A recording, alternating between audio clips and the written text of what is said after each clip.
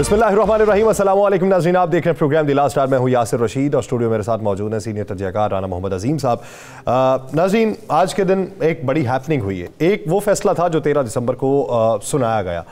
13 दिसंबर को पाकिस्तान तहरीक-ए-इंसाफ की जानिब से दरख्वास्त दायर की गई थी, उसके ऊपर समाअत हुई और उसके अंदर एतराज़ात ये लगाए गए थे कि अदलिया से आरओज़, डीआरओज़ और एआरओज़ लेने की बजाय जो आरओज़ लिए जा रहे हैं, कमिश्नर और डिप्टी कमिश्नर, तो उनके ऊपर हमें तहफ़्फ़ुज़ात हैं, उनके इलेक्शन के इनकाद के ऊपर हमें तहफ़्फ़ुज़ात हैं।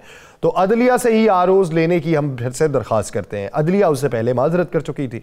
इलेक्शन कमीशन ने यह फैसला कर लिया था कि आरओज़ और डीआरओज़, डिप्टी कमिश्नर और कमिश्नर जिम्मेदारियां संभालेंगे और इसी तनाजुर के अंदर उनकी तरबियत भी चल रही थी।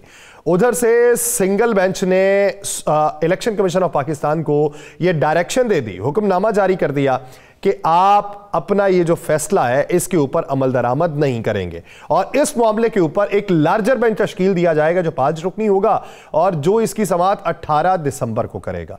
अब इसी तनाजुर के अंदर इलेक्शन कमीशन ऑफ पाकिस्तान ने वो तमाम तर जो तरबियत के मराहिल चल रहे थे उनको रोक दिया। इसी ज़िमन में आज चीफ जस्टिस की चीफ इलेक्शन कमिश्नर से कोई 3 घंटे तवील मुलाकात हुई।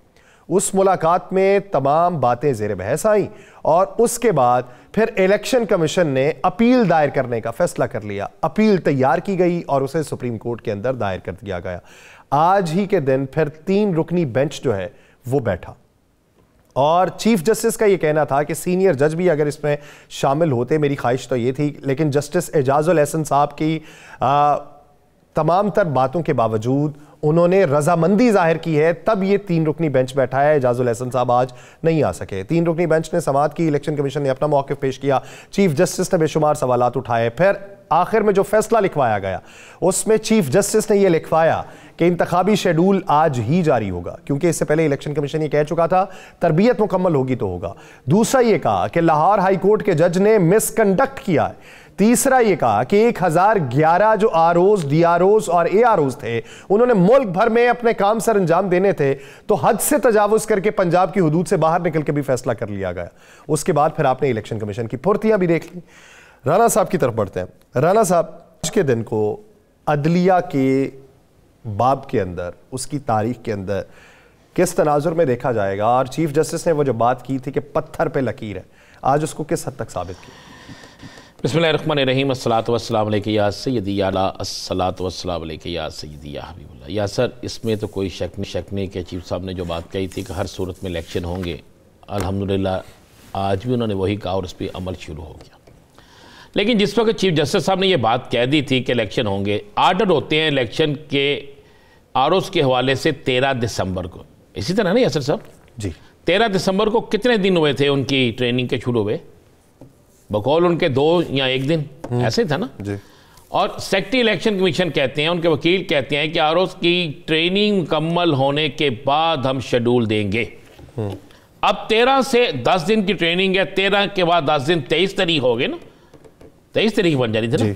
इसका मतलब था कि फिर सुप्रीम कोर्ट के हुक्म की अदूली सबसे पहले कर रहा था इलेक्शन कमीशन का वो अमला, जिन्होंने अदालत में खुद यह बयान दिया कि ये ट्रेनिंग पूरी होने के बाद हम शेड्यूल करेंगे। आज सीजे ने भी उस पे पहली तो ये बात थी कि इसमें खराबियां कहां कहां पैदा हो रही, तो ये बहुत अच्छा हुआ। मैं समझता हूं कि मैं किसी और नजर से देखता हूं, मैं इस नजर से देखता हूं कि जिसने भी ये पिटीशन दायर की लाहौर हाई कोर्ट में, उसने गेम ठीक खेली। गेम इस नजरिए से, मैं इस नजरिए से कह रहा हूं कि अब इलेक्शन मुलतवी करवाने का कोई जवाब नहीं रहेगा। अब इलेक्शन मुलतवी होने का कोई जवाब नहीं रहेगा। अगर किसी सूबे का गवर्नर यह कहता है, यासर साहब जी, ये भी एक्शन, आज ये भी बात होनी चाहिए थी मेरे जाती नजरिए से, ये भी बात होनी चाहिए थी कि अगर किसी सूबे का गवर्नर कहता है जनाब मौसम और हालात ठीक नहीं है, इलेक्शन अभी नहीं होने चाहिए, लेकिन हम जमहूरियत चाहते हैं। एक पार्टी का सरबराह कहते हैं जनाब हालात नहीं है इलेक्शन के। कभी आज से पहले पाकिस्तान की तारीख में, आज से पहले कभी इलेक्शन कमीशन में यह दरखास्त आई थी कि जनाब आप इलेक्शन इस डेट को रोक दें? मुझे तो नहीं याद कभी आई हो, ना मैंने कभी सुनी थी। वो जो एप्लीकेशन आई थी उन एप्लीकेशनों में कुछ एप्लीकेशनें ऐसी थी जो सियासी रहनुमाओं की थी, जिसमें एक तहरीक इंसाफ पार्लियामेंटेरियन की भी थी, याद है आपको जी, जिस पे परवेज हटक साहब ने कहा था। तो बात यह है कि मैं तो समझता हूं कि ये बहुत अच्छा हुआ पंजाब में हुई और उस पर एक्शन हुआ, ये दोनों चीजें अच्छी हुई, ताकि तुम तमाम सियासी जमातों को जो इलेक्शन से भागना चाहती थी, अब तो बड़ी सियासी जमातें ये बात कर रही हैं, मुझे उन तमाम सियासी जमातों के मतलब ये तो बता दें, अगर इलेक्शन कमीशन अदालत ना जाता तो उससे पहले कोई एक सियासी जमात थी जिसने इस फैसले को चैलेंज करने का कहा था? वो तो आज जब समाअत उसके बाद आई ना, मैं वही कह रहा, उसके बाद आई ना कि जब सब सियासी जमातों को पता लग गया कि अब सीजे साहब फैसला करने लगे हैं, अब डंडा चलने लगा है, अब इलेक्शन होंगे, तो फिर फौरी तौर पर पटिशन तैयार होना शुरू हो गए। भाई 13, 14 एक दिन 13 के फैसले के फौरी बाद क्यों नहीं आपका रद्द-ए-अमल आया? फौरी आपके वकला ने क्यों नहीं पटिशन दायर करने के मतलब सोचा? फौरी तौर पर आपके वकला ने इसकी तैयारी क्यों नहीं की? फौरी तौर पर आप इसके खिलाफ क्यों नहीं गए? इसलिए नहीं गए कि जो ज़मीनी हकायक हमें मानना चाहिए। ज़मीनी हकायक में बहुत सी सियासी जमातें जो हैं उनके हालात ये है कि अवाम, उनके पास उम्मीदवार मौजूद हैं, अवाम मौजूद नहीं है, वोटर मौजूद नहीं है। 124 से 25-20 सीटों तक का पंजाब के अंदर दावा करने वाले जो हैं वो तहरीक इस्तेकाम पाकिस्तान को भी सीटें दे रहे हैं, काफरीक को भी सीटें दे रहे हैं, जमीयत उलमा इस्लाम को भी सीटें दे रहे हैं। मुझे बताएं, अगर आप इन तमाम सियासी जमातों को सीटें दे रहे हैं तो इसका मतलब है पहला आपका दावा गलत था।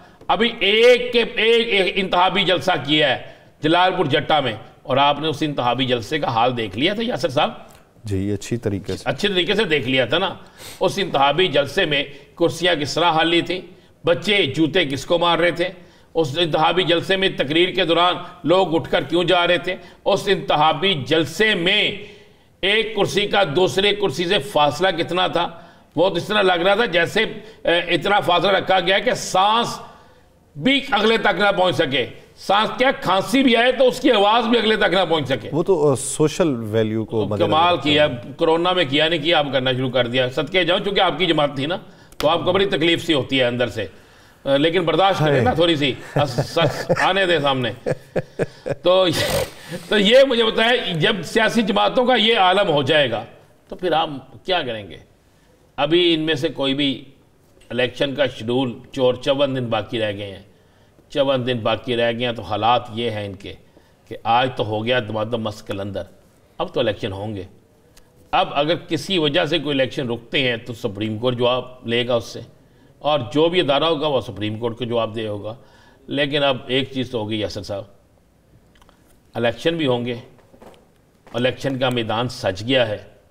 अब इस सजे हुए मैदान में कौन जीतता है, कौन हारता है, कौन आगे है, कौन पीछे है, इसका फैसला कोई महीनों में नहीं होना, आपको अब हर रोज़ इसका फैसला होता नज़र आना है।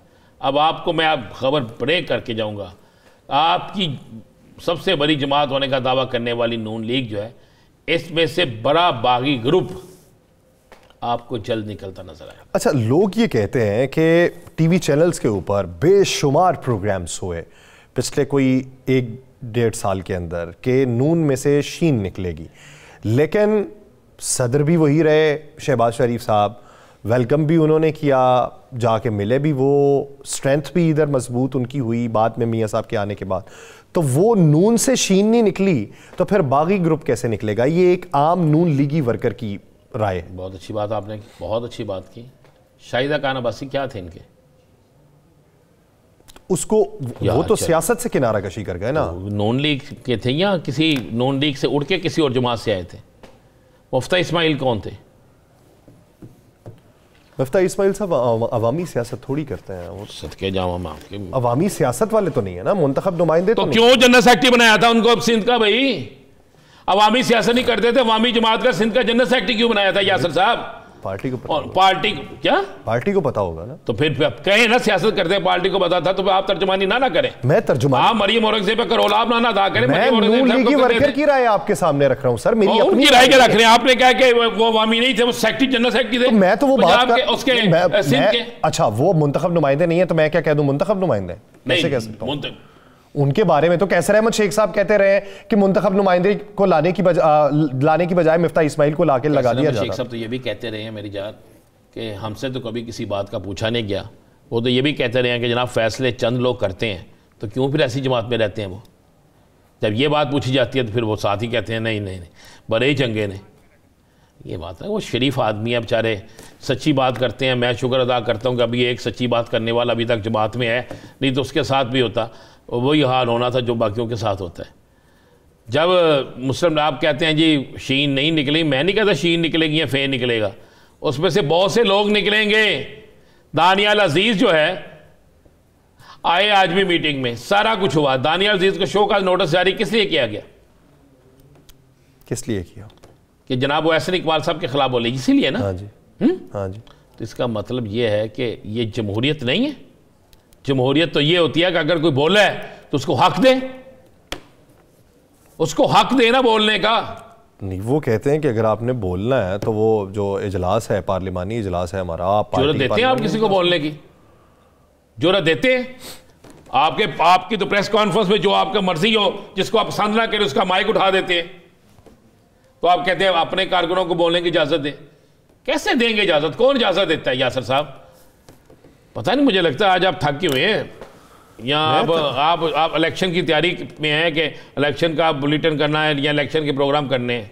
मुझे लग रहा है इसलिए आप आज वो बहकी बातें कर रहे हैं। बहकी बातें ये ट्रांसमिशन में बहकी बातें करते हैं, उसके लिए तो तैयारी भरपूर करते हैं। नहीं वो सोच रहे हैं ना, ज़हन आपका किसी और तरफ है। ज़हन आज आपका पूरा राजा रियाज है।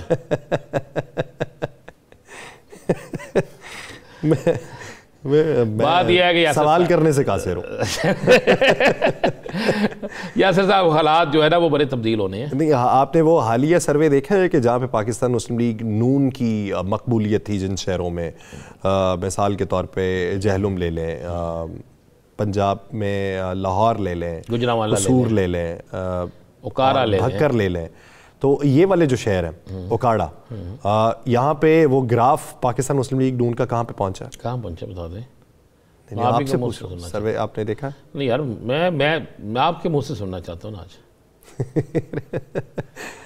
उस सर्वे के मुताबिक तो अच्छा, ये सर्वे दूसरे सर्वे से मुख्तलिफ इसलिए है कि मजमूई तौर पे एक सर्वे करवाया जाता है ना मुल्क में, तो उसमें ज़्यादा से ज़्यादा हज़ारों में या बहुत ज़्यादा चंद लाखों के अंदर लोगों की राय शामिल होती है। लेकिन ये सर्वे जो है ये शहर शहर की लाखों की राय है। तो लाहौर के अंदर 61% जो है वो बल्ले के ऊपर मोहर लगाना चाहता है। ये लाहौर की सूरत हाल है। यार क्यों झूठ बोलते हैं? क्या कह रहे हैं यार आप? ऐसा साहब नहीं, ऐसा हो ही नहीं सकता। मियाँ दे नारे वजन के, ये तो गली गली में वो नारे लग रहे हैं। वो इस तरह लग रहा है कि कागजों में ना पता क्या हुआ है, टेप लगा रहे हैं, टेप लगा रहे हैं ना, हर गली में जाके वो टेप चला देते हैं, टैग लगा देते हैं, मियाँ दे नारे वजन खुश हो जाते, बाजन वज रहे ने नारे। ये तो हकीकत है जो आप बात कह रहे हैं। आप 61 कह रहे हैं, मैं कह रहा हूँ कि 81 होगा। उसकी वजूहात है, हम किसी सियासी जमात की मुखालफत या तर्जमानी नहीं कर रहे। उसकी वजूहात है यासर साहब, महंगाई, बेरोज़गारी, लोगों को इंसाफ ना मिलना और फिर क़यादत का लोगों से दूर होना। ये सारी चीज़ें हैं, ये सारी चीज़ें हैं। वो 17 माह की हुकूमत जो है वो आकर किसी नूरदीन पान वाले ने नहीं की थी, वो शहबाज शरीफ साहब की थी। और 17 माह की हुकूमत में कोई एक रिलीफ मुझे बता दें जो दिया था, कोई एक रिलीफ। एक होता ना रिलीफ देना। मैं निगरान हुकूमत की तो बात ही नहीं करता ना, छोड़ दें इसको। इस निगरान हुकूमत को भी फ्लॉप कराने में जो जो सियासी जमात अपना किरदार अदा कर रही है वो भी मुझे पता है, वो आपको भी पता है। तो ये सर्वे तो यासर साहब चलेंगे। और अब ये सर्वे आप क्या समझते हैं? लोग 8 तारीख, मैं आपको बताऊँ, मैं एक बड़े सीनियर शख्स के साथ बैठा था, मैं उससे पूछ रहा था सर क्या बनेगा? ये जो बात आपने की है ना, उसने तो इससे भी बढ़ के बात की। उसने कहा हम तो बड़े परेशान हैं, बल्कि उसने यहाँ तक कह दी कि अगर तो 8 फरवरी को इलेक्शन हुए तो फिर वज़ीर आज़म का ख्वाब देखने वाले भूल जाए। ये लफ्ज़ अदा किया है उसने।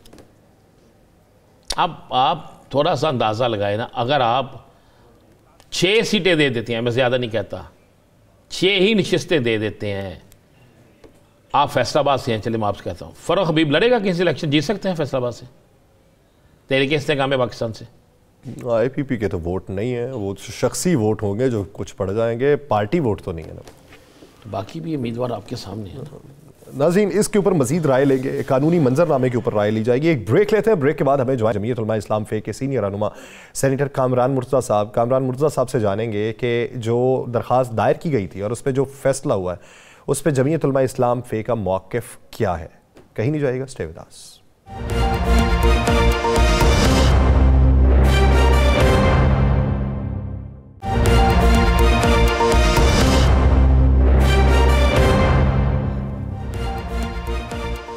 ब्रेक के बाद खुश आमदीद नाज़रीन। मौजूदा माशी मंजरनामा और बिलखुसूस सियासी मंजरनामा और उसके साथ साथ अदालती मंजरनामा, इसको लेके जो इबहाम पैदा किया जा रहा था या जो मंजरनामा वज़ा हो रहा है, ये मुस्तकबिल के अंदर पाकिस्तानी सियासत पे किस हद तक असरअंदाज होगा।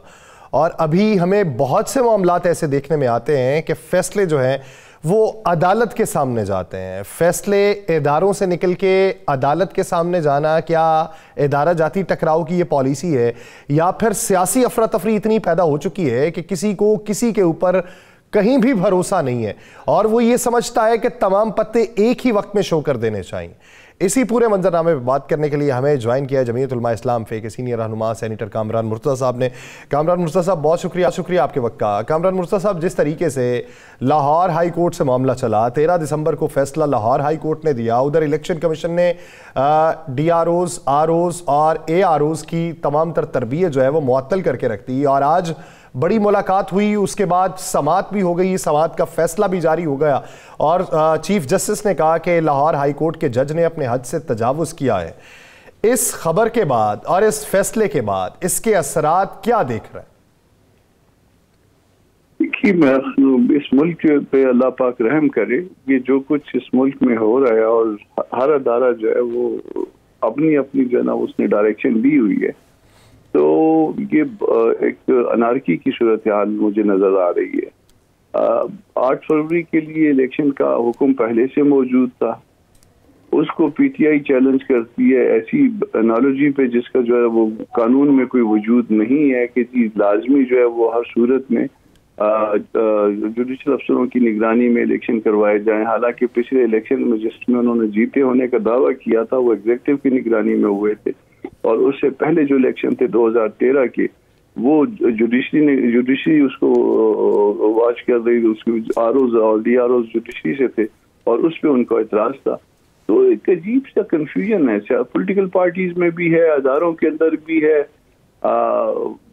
कोई दस्तूर को सबको पढ़ना आता है और जब सबको पढ़ना आता है दस्तूर, तो फिर तो कोई ऐसी वजह नहीं है कि जिसको बुनियाद बना के ये कहा जाए कि हम अदालतों में चलते हैं। हमारे यहाँ कहा जाता है, हमारे यहाँ बलूचिस्तान में, कि अदालतों में से जो फैसले अदालतों में होते हैं वो इतने पायदार नहीं होते, तो अदालतों से बाहर बैठ के भी ये फैसले हो सकते थे। सबको पता था दस्तूर क्या कहता है, सबको पता था कानून क्या कहता है, या इवन सबको पता था कि 8 फरवरी के इलेक्शन के लिए जो ना वो डेट दी जा चुकी है और 54 दिन के अंदर जो है ना ये शेड्यूल का मामला है। मगर उसके बावजूद जो है ना वो लाहौर हाई कोर्ट ने जो उसका दिल चाहा उसने वो फैसला कर दिया। उस पार्टी को देखिए, जो उसका दिल चाहा उसने पिटीशन फाइल कर दी, बजाय इसके कि वो अपना माजी का जो है ना वो रिकॉर्ड ही चेक कर लेती कि 2018 में क्या हुआ था। तो उसने उस जिसमें वो जीता कहते हैं अपने को, उसमें किन्होंने करवाए थे इलेक्शन और जिसके ऊपर उनका एतराज था 2013 में, आज वो कहते हैं कि नहीं हुई वापस आ। अच्छा कामरान मुर्तज़ा साहब, अब आज फैसला हो गया, आप समझते हैं कि अब 8 फरवरी को इलेक्शन का शेड्यूल आज ही अनाउंस होना चाहिए और इससे लेट नहीं जाना चाहिए?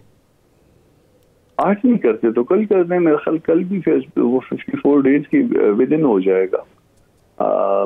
मेरा ख्याल है कल जो है ना वो तो आज अगर मुमकिन नहीं है, फर्ज कर लीजिए बहुत सारी बातें जो है ना वो जल्दबाजी में की जाए तो फिर वो कहेंगे कि जल्दबाजी में हुआ था तो ये खराब हो गया। अगर तो कोई दिन बाकी है तो फिर कल चले जाएं, और अगर दिन बाकी नहीं है फिर रात को बैठे, फिर रात 12 बजे तक बैठते हैं, मिडनाइट तक बैठते हैं, जो भी करते हैं उनका शेड्यूल फिर जारी कर देंगे। आप इस प्ली के ऊपर क्या राय रखते हैं कि जो इलेक्शन कमीशन ने आज सुप्रीम कोर्ट के अंदर दी, इलेक्शन कमीशन के वकील ने कहा, जब उनसे पूछा कि शेड्यूल का इजरा कब होगा तो उन्होंने कहा कि तरबियत मुकम्मल होने के बाद। तो चीफ जस्टिस ने आगे से फिर सवाल भी किया कि ये कानून में कहाँ लिखा हुआ है। उन्होंने ये भी कहा कि आप भी फिर तौहीन कर रहे हैं, आप भी फिर अपने इख्तियारात से तजावुज़ कर रहे हैं, अपनी मर्जी के फैसले कर रहे हैं। तो इलेक्शन कमीशन की आपको तैयारी दिखाई देती है इस मौक़िफ़ के बाद? देखिए, ये चीजें साइड बाय साइड चलती हैं। मतलब किसी अदारे ने अपना कोई काम नहीं करना, बल्कि हमने आमतौर पे जो है ना, हमने दूसरों का काम करना है। आप मेरा काम कर रहे हैं, मैं आपका काम कर रहा हूँ, हम अपने काम से हमारा कोई ताल्लुक नहीं है। हमको अपने काम की तैयारी होनी चाहिए। ये 90 डेज का जो इसका कॉन्सेप्ट है, जब ये 2 दिन 4 दिन पहले जो असेंबली तोड़ी गई थी, 90 डेज का कॉन्सेप्ट सिर्फ इसलिए है कि अचानक अगर इलेक्शन दरपेश हो तो 90 डेज में मामला आ जाए। तो यहाँ तो वो 90 डेज भी गए और पता नहीं क्या क्या चला। अच्छा, आप क्या समझते हैं कि अगर आज के दिन इंतखाबी शेड्यूल का इजरा नहीं होता, क्योंकि चीफ जस्टिस ने जो हुक्मनामा लिखवाया है उस हुक्मनामे में ये कहा है कि इंतखाबी शेड्यूल का ऐलान जो है वो आज ही के रोज किया जाएगा। अब आज तो 12 बजे खत्म हो जाती है, 12 बजे से पहले अगर इंतखाबी शेड्यूल का ऐलान नहीं होता तो क्या ये तौहीन अदालत में आएगा, या फिर 12 बजे के बाद भी सूरत हाल जा सकती है, जिस तरह आप मिडनाइट की बात भी कर रहे हैं? मतलब चलिए, हम थोड़े से रात को अगर थोड़ा सा लेट भी चले जाएं, मगर वैसे असूलन तो ये है कि आज का मतलब आज ही होता है। कम से कम टेंटेटिव तो दे देना, और कुछ नहीं तो कि फर्ज करें कि उसमें कट ऑफ डेट जो है वो वही रहे। बाकी अगर कहीं एक आध डेट जो है ना वो ऊपर नीचे करनी भी पड़े, कोई डिफिकल्टी आ जाए, तो वो डिफिकल्टी रिमूव करने का इख्तियार होता है वो उन अदारों के पास। कैमरा मुर्तज़ा साहब, शेड्यूल आ गया, सारा कुछ हो गया। मौलाना साहब कहते हैं कि KPK और बलूचिस्तान में अभी ऐसा माहौल नहीं है दहशतगर्दी की वजह से, मौसम की वजह से। KPK के वज़ीर आला कहते हैं इलेक्शन, और गवर्नर कहते हैं इलेक्शन ज़रूरी है, हर हाल में ज़रूरी है, लेकिन हमें मौसम और हालात को देखना होगा जो दहशतगर्दी के हैं।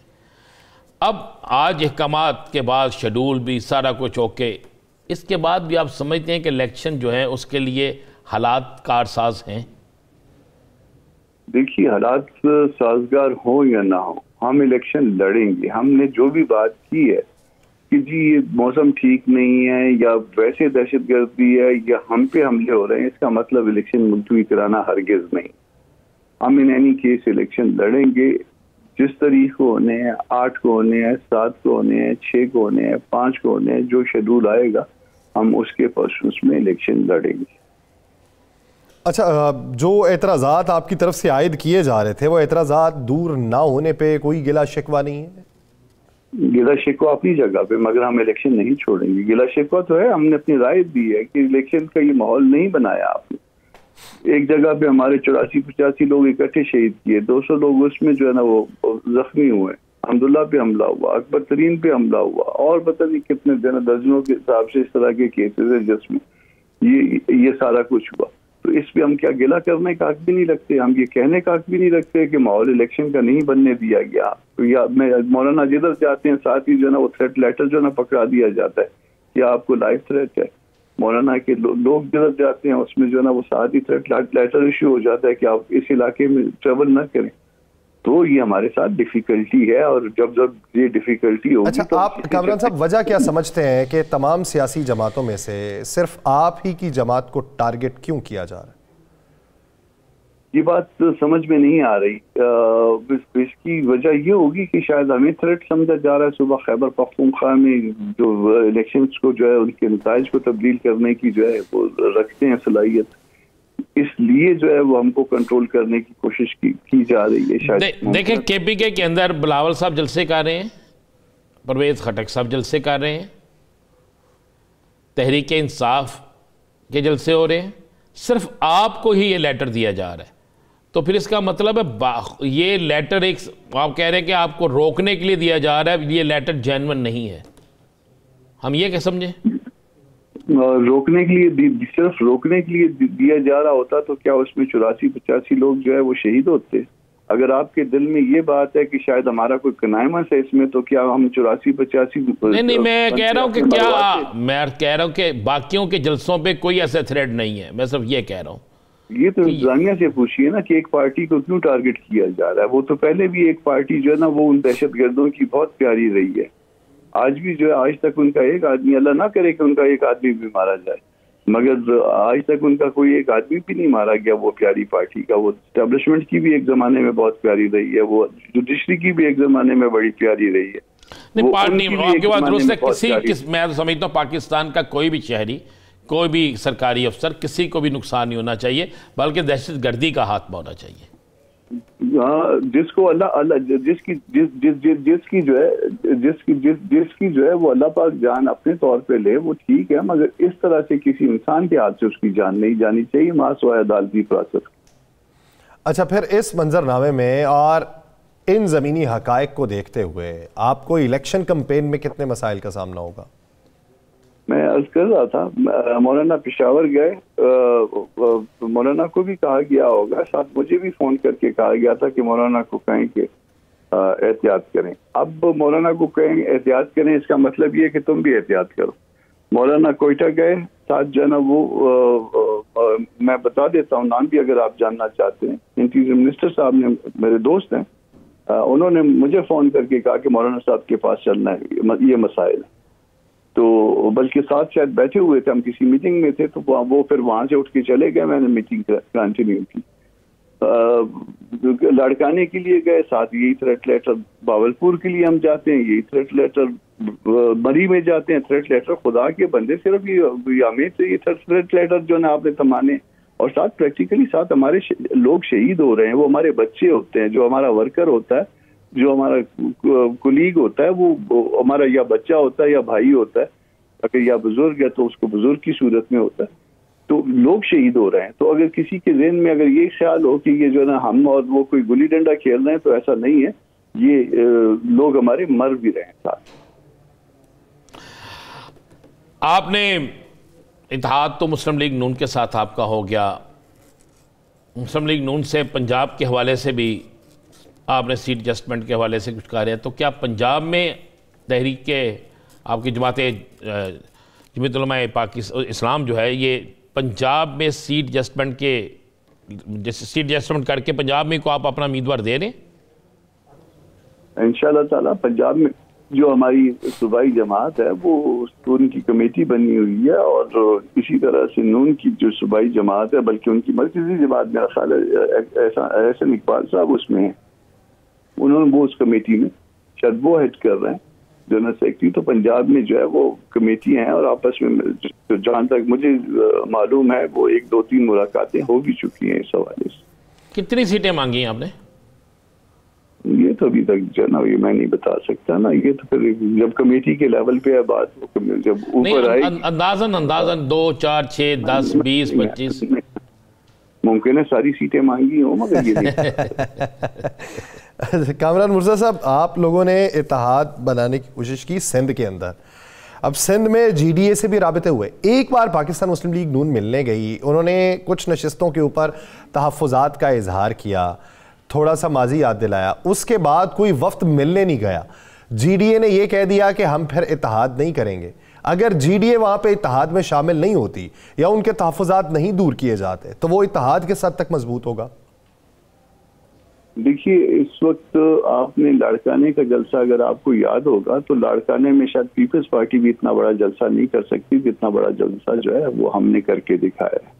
तो उससे जो है वो फिर अंदाजा लगा लीजिए कि वो कितना जो है ना वो हमारी बर्थ वहाँ सिंध में किया। सर मैं आपको आपके पुराने जुमले याद करवा देता हूँ। आपने पिछले प्रोग्राम के अंदर ये बात की थी कि जलसे हम बहुत बड़े कर लेते हैं, लेकिन जब वोट निकलने की बारी आती है तो तब सूरत हाल कुछ मुख्तलिफ होती है। ये भी आप ही के अल्फाज थे? ये इसलिए अल्फाज थे कि जलसे हमारे बड़े होते हैं, आप शायद उसके कॉन्टेक्स्ट पे नहीं गए या उसकी डेप्थ में नहीं गए। जलसे हमारे बहुत बड़े होते हैं, मगर वोट उसमें से नहीं निकलते। तो क्यों नहीं निकलते? वो जो है वो फरिश्ते आके वो वोट जो है वो इधर से उधर करते हैं। तो अब क्या, अब कोई फरिश्ते तो नहीं होंगे, अब वोट जेन्युइन ही होंगे ना? अब तो बाद में कह सकते हैं ना, ये तो गैब का इल्म है कि फरिश्ते होंगे या नहीं होंगे। गैब का इल्म तो मेरे पास नहीं है, वो तो फिर जब 8 फरवरी गुजर जाएगा फिर बताएंगे कि फरिश्ते आए थे या नहीं आए थे। अच्छा कामरान साहब, आप क्या समझते हैं, पाकिस्तान मुस्लिम लीग नून जब ये दावा करे कि 120 से 25 नशिस्तें पंजाब से वो निकालने की अहलियत रखती है, बतौर सियासी कारकुन क्या समझते हैं कि ऐसी दावेदार जमात जो है वो 5, 10 15 नशिस्तों वाली भी पार्टी के साथ जाके इत्तेहाद की बातें करे, तो उसके पीछे फिर मंतक क्या दिखाई देती? मंतक तो देखिए ना, जो इत्तेहाद कर रहा है या वो उसको पूरे जो ना मंजर को बना रहा है जो पार्टी, उसकी अपनी एक स्ट्रेटजी उसने तय की होगी ना। उसको वो इन एनी केस जो है वो कुछ भी लूज करने के लिए नहीं जाना चाह रही होगी, या कम अज कम इसको आप इस एंगल से ले लीजिए कि वो अगर एक पार्टी के अगेंस्ट जो है ना वो इत्तेहाद कर रही है, तो उसके अगेंस्ट जो है ना वो अपना जो है ना वो अपने आप को जो है वो कुर्बानी दे रही है जितनी उससे मुमकिन है, मगर वो उस पार्टी के अगेंस्ट जो है ना वो अपने आप को एक मजबूत पोजीशन में रखना चाह रही है, और अगली गवर्नमेंट जो है कम अज कम जो है ना वो ऐसी बनानी चाह रही है जो उस पार्टी के हाथों मजबूर ना हो सके, तो उस पार्टी के हाथों मजबूर ना हो सके। बहुत शुक्रिया सेनेटर कामरान मुर्तज़ा साहब इस हवाले से अपना वक्त देने के लिए। नाज़रीन, एक ब्रेक लेते हैं, ब्रेक के बाद पाकिस्तान पीपल्स पार्टी के रहनुमा तैमूर तालपुर साहब हमें ज्वाइन करेंगे, कहीं नहीं जाएगा, स्टे विद अस।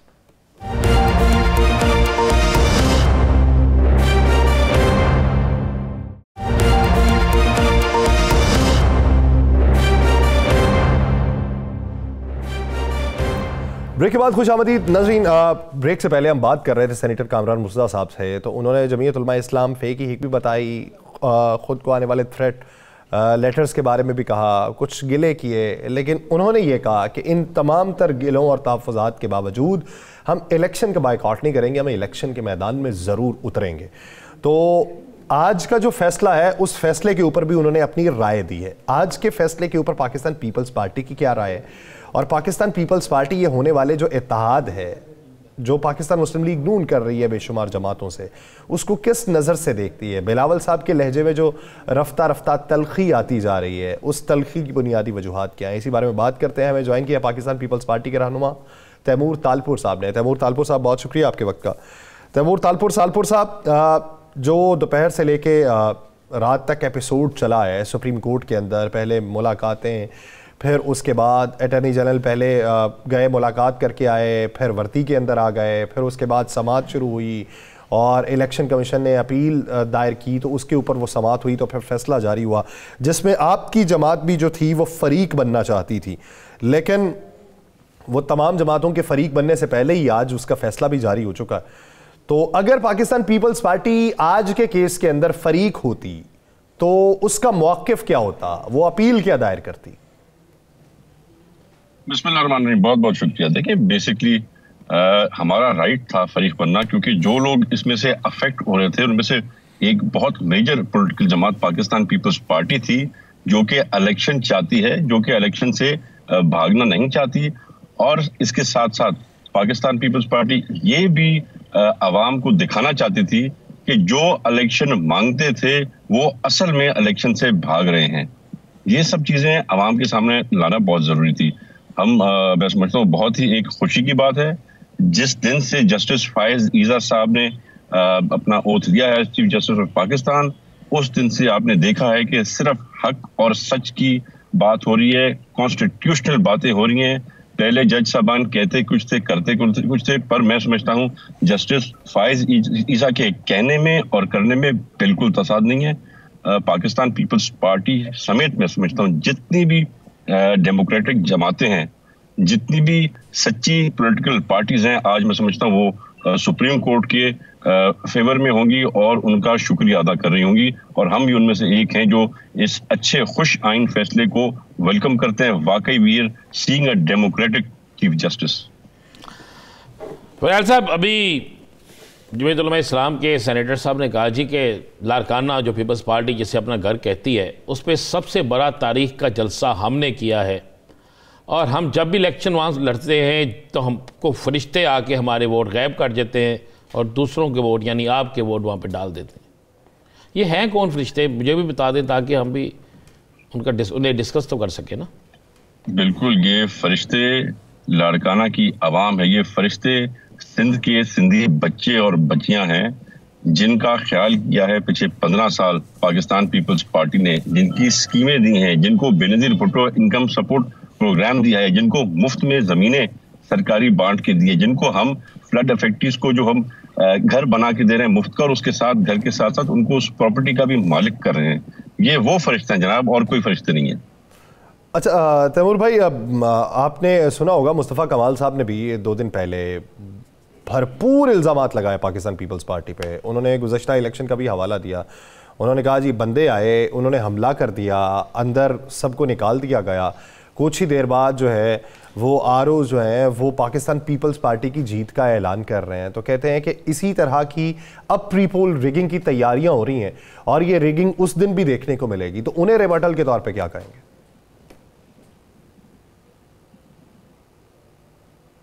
तैमूर साहब। देखिए जी, ये मुस्तफ़ा कमाल साहब की मजबूरी है, उसके पास इसके अलावा कोई तरीक़ेकार नहीं है। आपके 92 न्यूज़ के कैमरास हर पोलिंग बूथ पर तकरीबन मौजूद थे, अंदर की खबरें भी बता रहे थे, बाहर की खबरें भी बता रहे थे। और जो झगड़े फसाद हुए उसका हमने जो एस्टिमेट बनाया था कि 0.something%, देखिए 1% से कम पोलिंग स्टेशन में इशू हुआ है। तो इन हालात में इससे बेहतर साफ सुथरी क्लीन इलेक्शन क्या हो सकती है। पर आज वो किस मुंह से जाएंगे लोगों के पास वोट मांगने, वो किस मुंह से उनसे सवाल करेंगे, क्योंकि उनका पास तो उनके सामने है। अगर एक बंदा एक मास्क पहन ले और कुछ चंद साल बाद ना मास्क चेंज करे तो बंदा तो अंदर वही होगा ना, दिल तो उसका वही जालिम दिल है। तो इन लोगों के पास सिवाय इसके, इनके पास सिवाय इसके क्या है कि ये झूठे इल्जामात ना लगाएं पीपल्स पार्टी पर। अच्छा तैमूर साहब, बड़ी अच्छी बात आपने की कि मास्क चेंज नहीं कर लें, जो मर्जी कर लें, बंदा अंदर से वही होगा। तो बंदा अंदर से तो वही है। उसके साथ आपके चेयरमैन साहब ने मुज़ाकरात भी किए, उन्हें राज़ी भी किया, उनको यकीन दहानियाँ भी कराई। तो जब आपको पता है कि बंदा अंदर से वही है और सब कुछ वही चीज़ें हैं, तो फिर उन लोगों से मुज़ाकरात करना, उनको राज़ी करना, उनको लिख के जो दिया गया था उसमें साइन मौजूद है पीपल्स पार्टी के, वो क्यों किया गया? वो इसलिए किया गया था क्योंकि उस वक्त हमारा मुल्क एक बहुत डिफिकल्ट सिचुएशन में था। ये पहली बार नहीं है, हमने दूसरी बार बैठे हैं। हम पीडीएम का हिस्सा नहीं थे, हम कोएलिशन में थे। इनके पीडीएम का जो अपना मसला था वो आपस में था। पर इससे पहले भी अगर आपको याद हो कि पीपल्स पार्टी के साथ सिंध हुकूमत में ये शामिल हुए थे, पर ये हमारे साथ चंद साल से पहले या साल सवा साल से ज्यादा हमारे साथ ये चल ना सके, क्योंकि हमने इनके काले धंधे, इनकी किडनैपिंग, इनकी ब्लैकमेलिंग सारी बंद की हुई थी। कुछ वक्त हमारे साथ चले, फिर उन्होंने खुद ही हमें अलविदा कर दिया। पर जितना अरसा हमारे साथ थे, ना हमने इनको चाइना कटिंग्स करने की इजाजत दी, ना इनको बदमाशी करने की इजाजत दी, ना इनको किडनैपिंग्स करने की हमने इजाजत दी। अच्छा तैमूर साहब, वो जो रॉ का एजेंट और इंडिया का हिमायत याफ्ता था, तो अभी इंडिया से उसके बारे में कोई पैगाम आते हैं? देखिए जी, हमारा तो इंडिया से वास्ता है नहीं, सिवाय इसके जो लिमिटेड चंद डिप्लोमेटिक टाइज हैं पाकिस्तान के। ये तो जिनको फंडिंग मिलती थी इंडिया से, जो अरबे रुपए अपनी इलेक्शन कैंपेन के लिए इंडिया से लेके आता था, इंडियन नेशनल से, ब्रिटेन से लेके आता था, ये तो उसी को पता होगा। नहीं, आपने इल्ज़ाम इतना बड़ा लगाया है, आपने बहुत बड़ा इल्ज़ाम लगाया है कि आप पाकिस्तान के एक साबिक वज़ीर आज़म को आप राह का एजेंट कह रहे हैं। मेरे ख्याल से ये मुनासिब नहीं है। ऐसे अल्फाज का मेरा ज़ाती ख्याल है चुनाव मुनासिब नहीं है एक सियासतदान के लिए। आपका सियासी मुखालफ तो कोई हो सकता है, आप उसे सियासी मुखालफ भी कह सकते हैं। तो इसका मेरे मुल्क के अदारे कभी भी किसी ऐसे शख्स को नहीं बनने देंगे। मैं समझता हूँ कि कम अज़ कम वो किसी गैर मुल्क का एजेंट हो। मैं समझता हूँ कि नवाज शरीफ मेरा सियासी हरीफ है, मैं उसकी इज्जत करता हूँ। हमारे बहुत से ऐसी पार्टीज हैं जिनकी हम मुखालिफ हैं, सियासी मुखालिफ हैं, उनकी इज्जत करते हैं, उनके साथ बैठते हैं, उनके साथ खाना खाते हैं। पर एक शख्स जिसने मेरे मुल्क को इतना नुकसान दिया कि कोई रॉ का एजेंट वहां से आके नहीं दे सका, तो उसको मैं रॉ का एजेंट ही कहूंगा, जिसने पूरी कोशिश की अपने वजीरों के थ्रू कि किसी तरह भी हमारा जो लोन था वो डिफॉल्ट में चला जाए, जो उस वक्त प्रोविंशियल मिनिस्टर्स थे। ये सब चीजें कोई पाकिस्तानी शहरी नहीं कर सकता।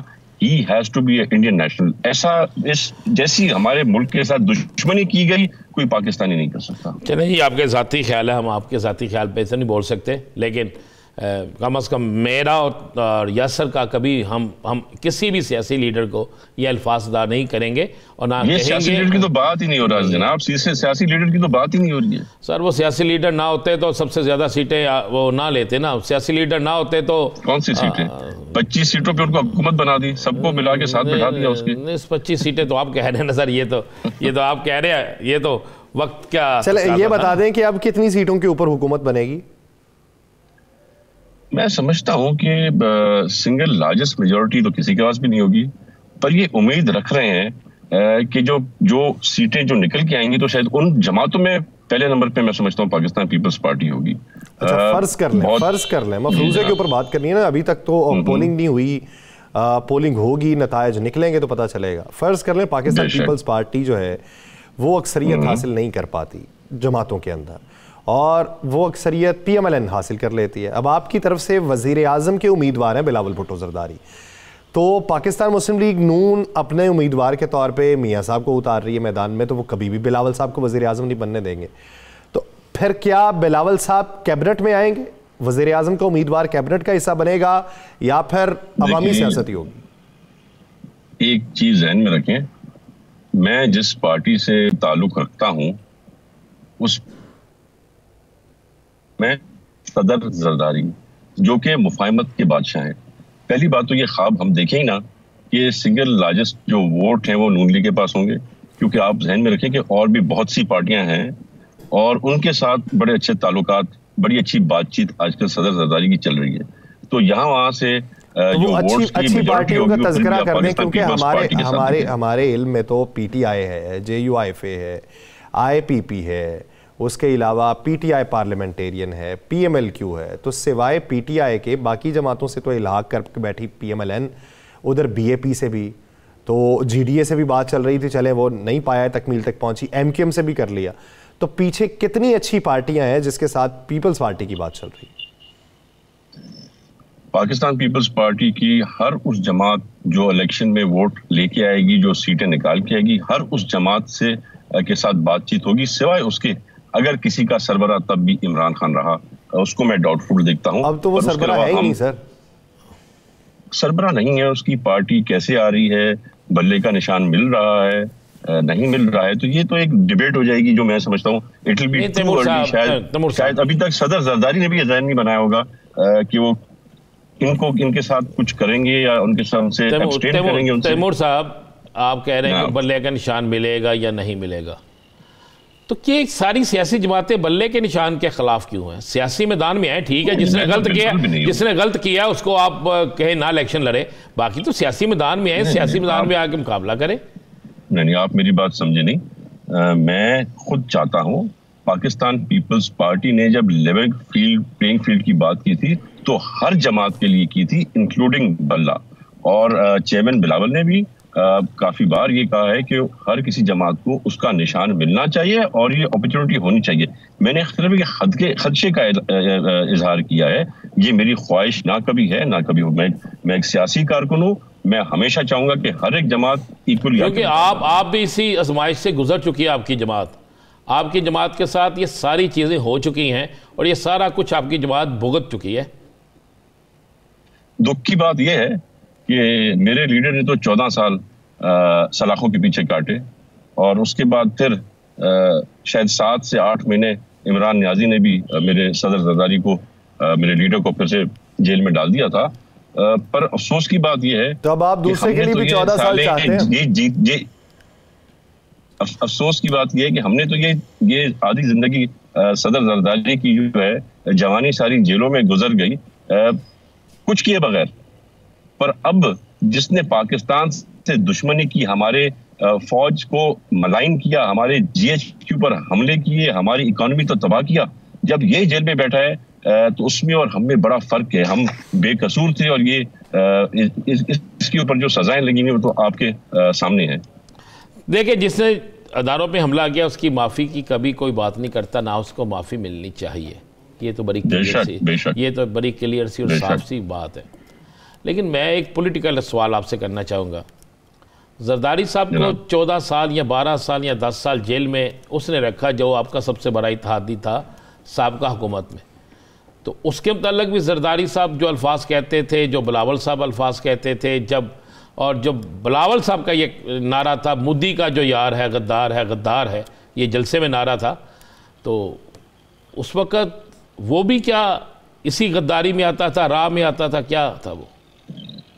मैं समझता हूं कि या वो सियासी नारा था? नहीं, मैं समझता हूं कि आज भी जो मोदी का यार होगा वो इस मुल्क का गद्दार होगा। कोई भी लीडर आज भी आके अगर मोदी के साथ बैठेगा तो बिल्कुल हम उसे गद्दार कहेंगे। नवाज शरीफ के घर शादी पे बैठा था, शादी भी आ गया था। नवाज शरीफ साहब अब भी ये बात कर रहे हैं कि किसका ज़माना था कि जब भारत के वज़राए आज़म आया करते थे, हमें खत्ते में अपने हमसायों के साथ ताल्लुकात बढ़ाने हैं, हमसाए कभी तब्दील नहीं होते। तो ये तो अब भी वो ख्वाहिश रखते हैं। देखिए, उनकी ख्वाहिशात होंगी। अगर कोई चीज़ हमारे मुल्क को बेहतरी ले जा सकती है, अगर इक्वल बेसिस पे बगैर हमारी सॉवरेनिटी को हर्ट किए पाकिस्तान की अगर हम ट्रेड कर सकते हैं, अगर इंडिया सुधरने को तैयार है, अगर इंडिया पाकिस्तान के खिलाफ साजिशें करने से हटने को तैयार है, तो फिर तो बातचीत हो सकती है। कौन सी साजिशें हटने को तैयार है उनकी रहे और हम उनसे शादी बैठे, तो मेरे ख्याल से तैमूर भाई अच्छी बात नहीं होगी। आज के दिन तक जितने हमले हुए हैं उसमें बराहे रास्त उनका तल्लक निकला है हमारे दारों की रिपोर्ट के मुताबिक, वहां से या अफगानिस्तान से, और राह जो है वो बिलवास्ता या बिलावास्ता मुलवस है। तो फिर कैसा मामला, इसके बाद भी कोई बात रह जाती है? इसलिए तो जनाब आपको कह रहे हैं कि आज भी इन सेटलमेंट्स के बगैर अगर कोई बैठेगा मोदी के साथ, तो हम यही कहेंगे जो हम पहले कहते थे। इन सेटलमेंट के बगैर कोई भी मोदी के साथ बैठेगा तो पहले वाला ही बयानिया होगा। बहुत शुक्रिया तैमूर तालपुर साहब इसे अपना वक्त देने के लिए। नाज़रीन, प्रोग्राम का वक्त ख़त्म हुआ चाहता है। मुझे और राना साहब को दीजिए इजाज़त। अपना बहुत सा ख्याल रखिएगा। अल्लाह ने के बाद।